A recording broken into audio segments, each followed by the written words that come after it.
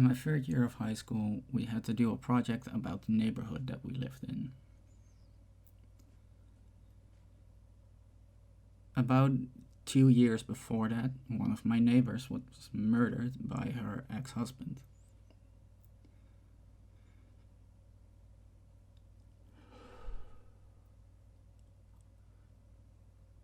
I knew both the neighbor and the ex-husband, as well as both their children.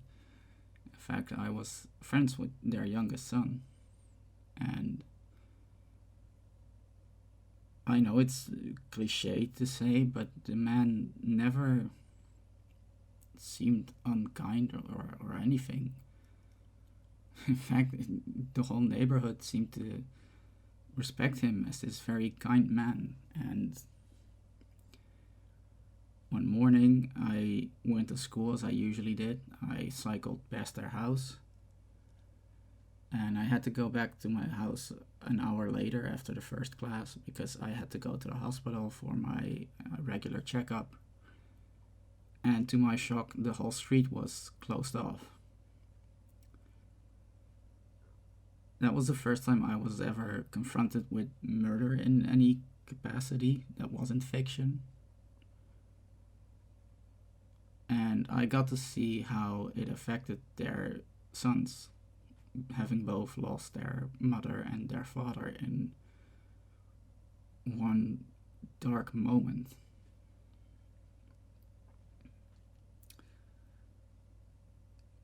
I remembered that when I was doing the project because it reminded me that despite living in a home where one might feel safe, that's not always the case.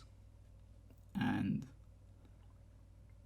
I look back on that now as a very apt metaphor of what it's like to live with both depression and having had a psychosis. I'm not very open about this because I genuinely don't even know how to, which is a bit odd because I do know how to be open about most of my mental issues.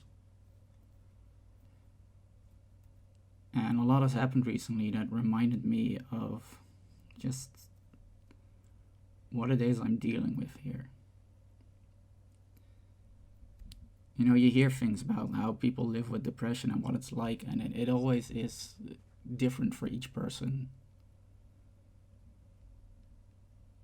And I think that a lot of that also can be applied to living with a psychosis or really many mental health issues.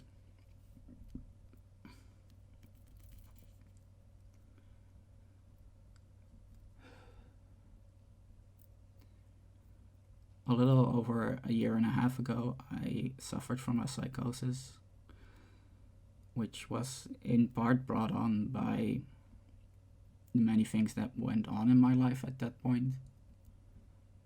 I had lost a couple of friends, one of them even to suicide. Two of them making it very clear that they didn't want to be friends anymore. And I lost someone that I loved dearly in that time as well, who had made it clear that they didn't love me. Around the same time, I was supposed to graduate, and I didn't because of the trouble that I had with my eyesight, which at that time almost seemed to be over, and then out of nowhere, I lost sight in my left eye again. At that point, it had been about 6 months since I learned that my father was diagnosed with cancer. And there were some other things going on, but I think I can be excused if I don't want to actively remember each of them. This was also during a time where my psychiatrist was on vacation, so I hadn't spoken to them in a while. And it all sort of came together, and it was clear that it became too much for me to handle. Although I didn't take any action at that time, I was actively planning to end my own life. I had looked at the medication that I had at the time to see if there was anything that could accomplish that. I'd made plans, I'd planned the date, where to do it, and obviously I didn't do it, but I remember a conversation that I had with a friend, and it was about the scariest moments we've ever experienced, and they had said it was when they were at their lowest and they realized they had that ability to take their own life.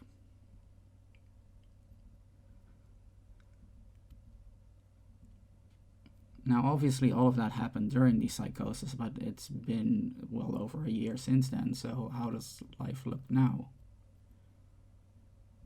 Well, the reason why I brought up the project at the beginning of this is because it's very much like living in a neighborhood where you know you're not actually safe. Sure, it's not unsafe. You live in a house. There's people around who can help you, but there's also people around who can hurt you. And in this case, those people are all me. I'm the person that can hurt me. And that's sort of how it feels, because I know that I'm not safe.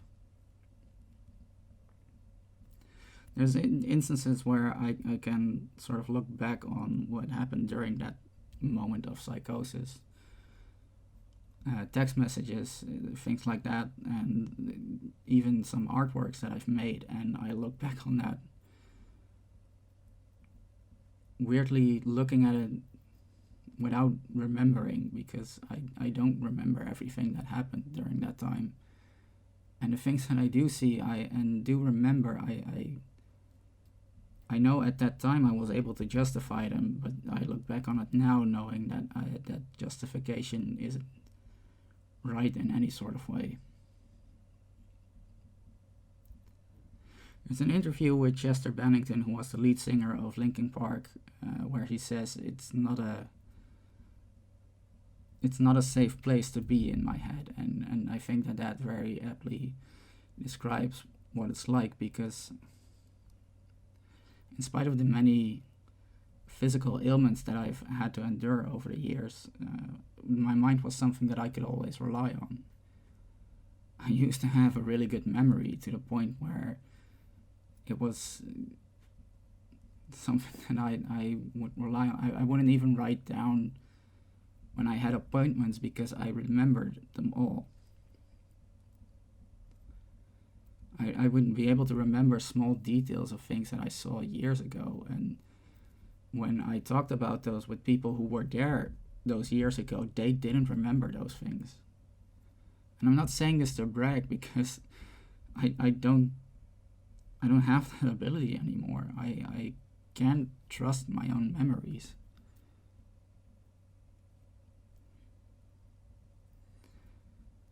I think that most humans live with some form of trust in something, at least.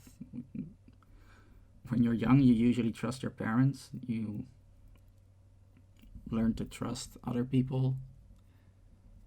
You trust that the food you buy isn't poisoned, things like that. And even if you don't trust anyone, you usually trust yourself. But I can't do that anymore. A little over 2 weeks ago now, I was supposed to have an exam, and during the exam, besides all the things that went wrong during it, there were also a lot of things that went wrong prior to it. And it all sort of came together in that moment, because as the teachers were reviewing my project and giving me feedback that in some ways was justified and in other ways wasn't, because there were errors made by the administration, I wasn't aware of what I was doing at that time, and it wasn't until I ended that call that I felt something sticky on the floor. And it was then that I realized, upon looking down, that my leg was covered in blood. My leg had been in a cast for the past 3 months because of a rare condition with my ankle, and I recently got that cast removed, and I was able to wear shoes again. I was able to sleep without the cast on, things like that. And my leg looked perfectly healthy, but obviously the skin was still a bit sensitive. And upon looking down, I noticed also that there was a lot of blood under my fingernails because I had been scratching away at that leg. And it got really, really bad, to the point where I had to go to the hospital. And I now, a few weeks later, as my leg is very slowly recovering, have, give or take, 5 relatively large scars on my leg, each still recovering from the fact that I scratched them completely open.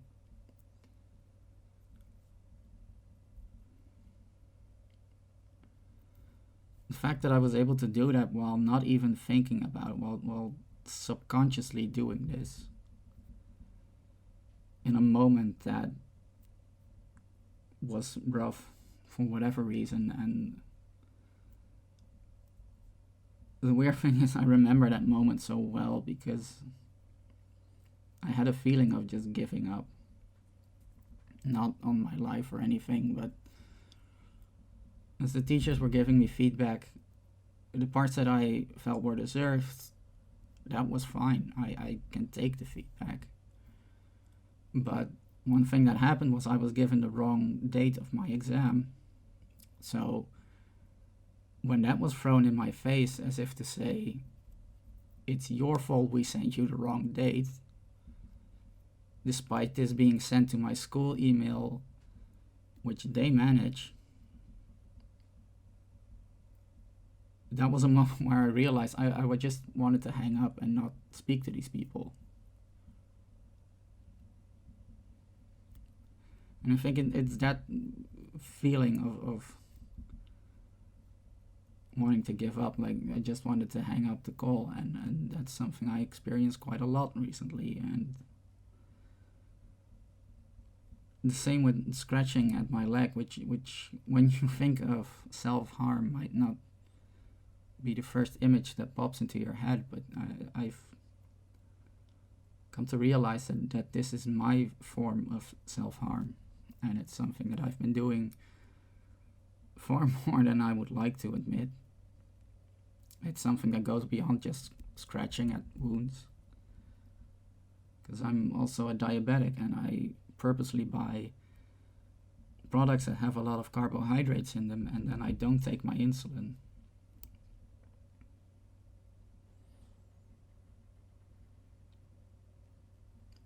Living with a psychosis is like living in that bad neighborhood. Only you know that there are people you can trust.